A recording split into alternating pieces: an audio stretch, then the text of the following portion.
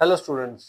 तो vermi classes में आपका स्वागत है। तो आज हम करेंगे चैप्टर 2 पॉलिनोमियल के अंदर क्वाड्रेटिक पॉलिनोमियल। तो general quadratic polynomial in the term of coefficients. तो वो क्या रहेगी हमारे पास? पॉलिनोमियल को लिखेंगे p x that is equal to a x square plus b x plus c. Here a b और सी, जो ए बी और सी है हमारे, ये क्या है? कोफिशिएंट्स है। ठीक है, कांस्टेंट नंबर होंगे ये हमारे पास कोई। ठीक है, यहाँ लिख सकते हो here a b and c are coefficients. ठीक है, और a never equal to zero. A zero के इक्वल यहाँ पे नहीं आएगा, तभी क्वाड्रेटिक पॉलिनोमियल रहेगी। अब दूसरा है quadratic polynomial in the term of zeros. अगर अल्फा और बीटा को मैं जीरो सेलेक्ट कराऊंगा तो मेरे पास general quadratic polynomial in the term of zeros वो आएगा एक्स स्क्वायर माइनस ब्रैकेट के अंदर sum of zero alpha plus beta x plus product of zero alpha beta. अब इन दोनों क्वाड्रेटिक पॉलिनोमियल में आप एक चेक करो, एक हमारे पास क्या है? जीरोस की फॉर्म में है और एक हमारे पास कोफिशिएंट्स की फॉर्म में है। तो इसके पार्ट के नेक्स्ट पार्ट के अंदर हमारे पास क्या आता है? इनका आपस में रिलेशन क्या है? सम ऑफ जीरोस और प्रोडक्ट ऑफ जीरोस का रिलेशन कोफिशिएंट्स के साथ क्या है, तो वो रिलेशन भी लिखेंगे। अब तो सबसे पहले लिखेंगे sum of zeros. Sum of zeros ये क्या होता है? Minus of coefficient of x upon coefficient of x square. तो सम ऑफ जीरो मतलब alpha plus beta is equal to minus का साइन ये वाला आ गया, coefficient of x. Coefficient of x हमारा बी है, तो यहाँ पे क्या आ गया हमारे पास? B upon coefficient of x square. X square का कोफिशिएंट है हमारे पास ए, तो ये आ गया ए नीचे। तो ये हमारे पास पहला रिलेशन आया सम ऑफ जीरो का विद कोफिशिएंट के साथ। दूसरा हमारे पास product of zeros. Product of zeros, product of zeros हमारे पास क्या आएगा? Constant term divide by coefficient of x square. तो alpha beta is equal to constant term हमारे पास क्या है? सी, जिसके साथ कोई भी वेरिएबल नजर ना आए वो हमारी कांस्टेंट टर्म कहलाएगी। Divide by coefficient of x square क्या आएगा? अपॉन में ए आ गया। तो अल्फा बीटा मतलब product of zero is equal to c upon a आ गया। इसको आपने अच्छे से देखना है, इसके बाद हम आगे बताते हैं आपको थोड़ी देर में। तो पहले हमने रिलेशन कर लिए जैसे कि आपने पहले देखा था। अब हम करेंगे उसके रिलेशन के बेस पे हम आगे सम्स करेंगे। मान लीजिए हमारे पास क्वेश्चन आ गया, find a quadratic polynomial whose sum and product of zeros are number one.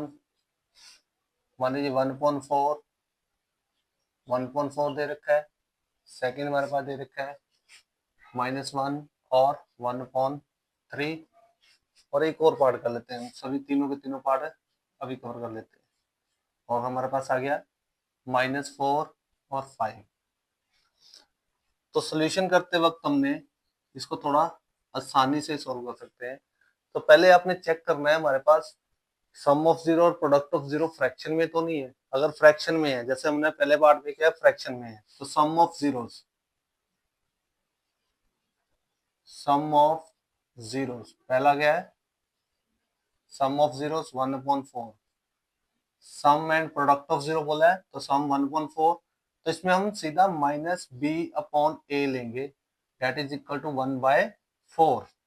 तो चेक करो, ए रिप्रेजेंट कर रहा है हमारे पास यहाँ पे 4, माइनस बी रिप्रेजेंट कर रहा है 1, तो यहाँ से माइनस साइन आप उठा के इधर ले जाओगे, तो हमारे पास क्या आ गया, b इज इक्वल टू क्या आ गया, -1। क्लियर। तो यहाँ पे a और b हमारे पास मिल गए। उसके बाद नेक्स्ट पार्ट क्या है हमारे पास, product of zero, product of zeros, ये कितना है हमारे पास, वो भी 1/4 है। c upon a is equal to 1/4। तो यहाँ a तो जैसे यहाँ पे 4 रिप्रेजेंट कर रहा है, यहाँ पे भी a 4 नजर आ रहा है, तो सीधा यहाँ पे हम सिंपली लिखेंगे c इक्वल टू 1। तो therefore required polynomial, short form में लिख रहा हूँ, that is ax² plus bx plus c। तो यहाँ पे क्या आ गया, a की वैल्यू कितनी है हमारे पास, 4, x का स्क्वायर, b की वैल्यू कितनी है, -1, x, c की वैल्यू कितनी है, 1। तो ये हमारे पास रिक्वायर्ड पॉलिनोमियल आ जाएगी इन द टर्म ऑफ कोफिशिएंट्स। इसका सेकंड पार्ट भी चेक करो। सेकंड पार्ट में हमारे पास सम ऑफ जीरो दे रखा है, सम ऑफ जीरो दे रखा है -1, मतलब -b/a इज इक्वल टू -1 दे रखा है। ठीक है, और साथ ही साथ हमने लिख लिया product of zero, c/a is equal to कितना हमारे पास, 1/3। अब यहाँ चेक करो, अगर मैं इस -1 के नीचे 1 लेता हूँ और यहाँ पे 3 आ रहा है, तो दोनों इक्वल नहीं है। तो सबसे पहले मैंने क्या करना है, प्रोडक्ट ऑफ जीरो में से a की वैल्यू उठानी है। तो यहाँ a कितना आ गया, 3, या मेरे पास a की वैल्यू कितनी आ जाएगी, 3, और c की वैल्यू कितनी आ जाएगी मेरे पास, 1। तो यहाँ पे -b/3 इज इक्वल टू -1 कर दूंगा। अब ये 3 इधर 1 के साथ -1 के साथ मल्टीप्लाई हो जाएगा, तो -b इज इक्वल टू -3 आ जाएगा। नेगेटिव से नेगेटिव साइन काट दो, तो b की वैल्यू 3, मेरे पास b भी आ गया, c भी आ गया, और a भी आ गया। तो देयरफॉर रिक्वायर्ड पॉलिनोमियल हमारे पास क्या रहेगी, that is ax² plus bx plus c। तो सीधा आ गया हमारे पास, a की वैल्यू कितनी है मेरे पास, 3x², b की वैल्यू है 3x, और c की वैल्यू है 1।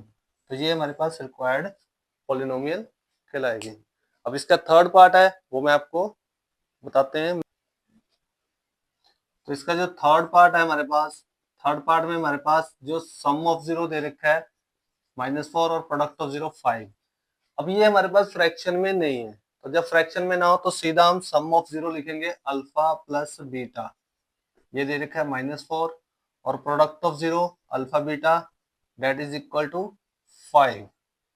इसको मैं सिंपली आगे रिप्रेजेंट कर सकता हूँ, सम ऑफ जीरो को s से और प्रोडक्ट ऑफ जीरो को p से रिप्रेजेंट करूँ। तो देयरफॉर रिक्वायर्ड पॉलिनोमियल क्या कहलाएगी मेरे पास, x² minus sx plus p, that is x² minus s की वैल्यू है -4, तो ब्रैकेट में -4 आ गया, बाहर से x आ गया, प्लस प्रोडक्ट ऑफ जीरो कितना है मेरे पास, p कितना है 5, तो अल्फा बीटा की वैल्यू 5 फिल कर दी। तो ये आ गया मेरे पास x² माइनस और माइनस प्लस का साइन हो गया 4x प्लस 5।